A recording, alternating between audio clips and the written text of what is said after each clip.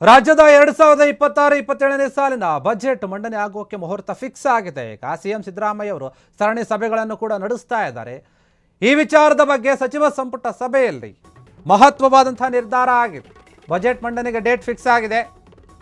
ಸಿದ್ದರಾಮಯ್ಯ ಸರ್ಕಾರ ಏನಿದೆ ಈ ಬಾರಿ 17ನೇ ಬಜೆಟ್ ಅನ್ನು ಮಂಡನೆ ಮಾಡ್ತಾ ಇದೆ. ಮಾರ್ಚ್ 6ಕ್ಕೆ 17ನೆಯ ದಾಖಲೆ ಬಜೆಟ್ ಅನ್ನು ಮಂಡಿಸ್ತಾರೆ ಸಿಎಂ ಸಿದ್ದರಾಮಯ್ಯ ಅವರು. ಮಾರ್ಚ್ 6ರಿಂದ ಮಾರ್ಚ್ 27ರವರೆಗೆ ಬಜೆಟ್ ಅಧಿವೇಶನ ನಡೆಯುತ್ತೆ. ಸಾಲು ಸಾಲು ಬಜೆಟ್ ಪೂರ್ವ ಸಿದ್ಧತಾ ಸಭೆಗಳನ್ನು ನಡೆಸ್ತಾ ಇದ್ದಾರೆ ಸಿಎಂ.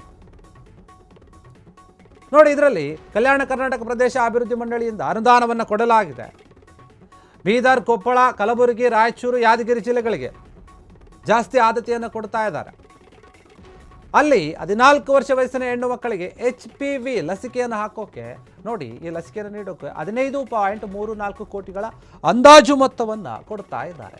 ಇನ್ನು ತೋಟಗಾರಿಕೆ ವಿಜ್ಞಾನಗಳ ವಿಶ್ವವಿದ್ಯಾಲಯಕ್ಕೆ ಕೂಡ ಆದ್ಯತೆಯನ್ನು ಕೊಡ್ತಾ ಇದ್ದಾರೆ. ಸಭೆಯಲ್ಲಿ ತೀರ್ಮಾನ ಆಗಿರುವಂತಹ ವಿಚಾರಗಳು. ಬಾಗಲಕೋಟೆಯಲ್ಲಿ ಜಿನ್ ಬ್ಯಾಂಕ್ ಏನಿದೆ ಅದನ್ನು ಅನುಮೋದನೆ ಮಾಡೋಕೆ ಕೂಡ ಯೋಚನೆ ಮಾಡ್ತಾ ಇದ್ದಾರೆ.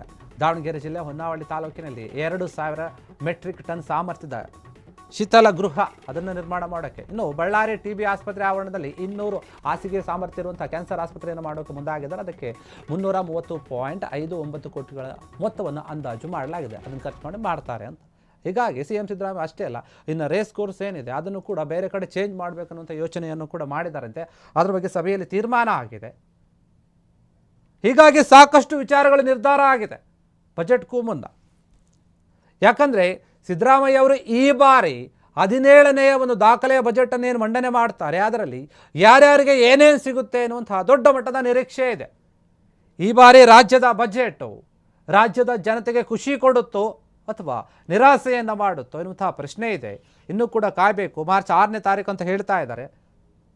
ಅವತ್ತು ಸಿಎಂ ಸಿದ್ದರಾಮಯ್ಯ ಅವರು ಅವರ 17ನೇ ಬಜೆಟನ್ನು ರಾಜ್ಯದಲ್ಲಿ ಅತಿ ಹೆಚ್ಚು ಬಾರಿ ಬಜೆಟನ್ನು ಮಂಡನೆ ಮಾಡಿದಂತಹ ನಾಯಕ ಎನ್ನುವಂತಹ ಹೆಸರು ಹೊಂದಿರುವಂತಹ ಸಿಎಂ ಸಿದ್ದರಾಮಯ್ಯ ಅವರೀಗ ಇಲ್ಲಿಯವರೆಗೂ ಕೂಡ 16 ಬಜೆಟನ್ನು ಮಂಡನೆ ಮಾಡಿದ್ದಾರೆ ಯಶಸ್ವಿಯಾಗಿ. ಇದು 17ನೇ ಬಜೆಟ್.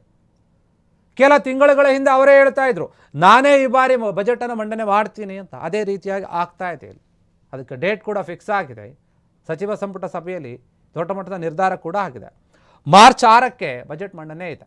ಕೇಂದ್ರದ್ದಾಯಿತು, ಈಗ ರಾಜ್ಯದ ಸರದಿ. ಮಾರ್ಚ್ 6ರಿಂದ ಮಾರ್ಚ್ 27ನೇ ತಾರೀಕುವರೆಗೂ ಬಜೆಟ್ನ ಅಧಿವೇಶನ ನಡೆಯುತ್ತೆ. ಯಾರ್ಯಾರಿಗೆ ಏನೇನು ಸಿಗುತ್ತೆ ಎಲ್ಲವೂ ಕೂಡ ಗೊತ್ತಾಗುತ್ತೆ. ಈ ಬಜೆಟ್ ನಿಮಿತ್ತ ಈಗಾಗಲೇ ಸಿಎಂ ಎಲ್ಲ ಸಭೆಗಳನ್ನು ಮಾಡ್ತಾ ಇದ್ದಾರೆ. ಬಜೆಟ್ ಪೂರ್ವ ಸಿದ್ಧತಾ ಸಭೆಗಳನ್ನು ನಡೆಸ್ತಾ ಇದ್ದಾರೆ. ಬೇರೆ ಬೇರೆ ಇಲಾಖೆಗಳ ಜೊತೆ ಮಾತನಾಡ್ತಾ ಇದ್ದಾರೆ, ಅಧಿಕಾರಿಗಳ ಜೊತೆ ಮಾತನಾಡ್ತಿದ್ದಾರೆ. ಹೀಗಾಗಿ ಕೆಲವೊಂದು ವಿಚಾರಗಳು ಗೊತ್ತಿರುವಂಥದ್ದು ಏನಂತ ನೋಡಿ, ಕಲ್ಯಾಣ ಕರ್ನಾಟಕ ಪ್ರದೇಶ ಅಭಿವೃದ್ಧಿ ಮಂಡಳಿಗೆ ದೊಡ್ಡ ಮಟ್ಟದ ಅನುದಾನವನ್ನು ಕೊಡ್ತಾ ಇದ್ದಾರೆ. ಅದರಲ್ಲಿ ಮುಖ್ಯವಾಗಿ ಬೀದರ್, ಕೊಪ್ಪಳ, ಕಲಬುರಗಿ, ರಾಯಚೂರು, ಯಾದಗಿರಿ ಜಿಲ್ಲೆಗಳಿಗೆ ದೊಡ್ಡ ಮಟ್ಟದ ಆದ್ಯತೆಯನ್ನು ಕೊಡ್ತಾ ಇದ್ದಾರೆ. ಆ ಭಾಗದಲ್ಲಿ ಅಭಿವೃದ್ಧಿ ಆಗಬೇಕು, ಆ ಭಾಗದ ಜನರು ಆರ್ಥಿಕವಾಗಿ ಸದೃಢರಾಗಬೇಕು ಅಂತ ಹೇಳಿ ಕೆಲವೊಂದು ಯೋಜನೆಗಳನ್ನು ತರ್ತಾ ಇದ್ದಾರೆ. ಅವರಿಗೆ ಅನುಕೂಲವಾಗುವಂಥ ರೀತಿಯಲ್ಲಿ ಮಾಡಿಕೊಡ್ತಾ ಇದ್ದಾರೆ. ಇದೇ ವಿಚಾರವಾಗಿ ನೋಡಿ, 14 ವರ್ಷ ವಯಸ್ಸಿನ ಹೆಣ್ಣು ಮಕ್ಕಳಿಗೆ HPV ಲಸಿಕೆಯನ್ನು ಹಾಕಿಸೋಕೆ ಸರ್ಕಾರ ಮುಂದಾಗಿದೆ. ಆ ಲಸಿಕೆಗಾಗಿ ಇವರು 15.34 ಕೋಟಿಗಳ ಅಂದಾಜು ಮೊತ್ತವನ್ನು ಅದಕ್ಕಾಗಿ ಸಪ್ರೇಟಾಗಿ ಎತ್ತಿಟ್ಟಿದ್ದಾರೆ.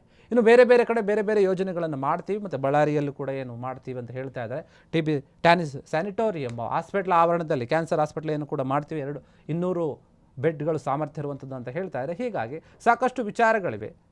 ಇನ್ನು ಮುಂದಿನ ದಿನಗಳಲ್ಲಿ ಏನು 6ನೇ ತಾರೀಕಿದೆ, ಮಾರ್ಚ್ 6ನೇ ತಾರೀಕು, ಆ ಬಜೆಟ್ನಲ್ಲಿ ಎಲ್ಲವನ್ನು ಕೂಡ ವಿವರಣೆ ಕೊಡಲಾಗುತ್ತೆ.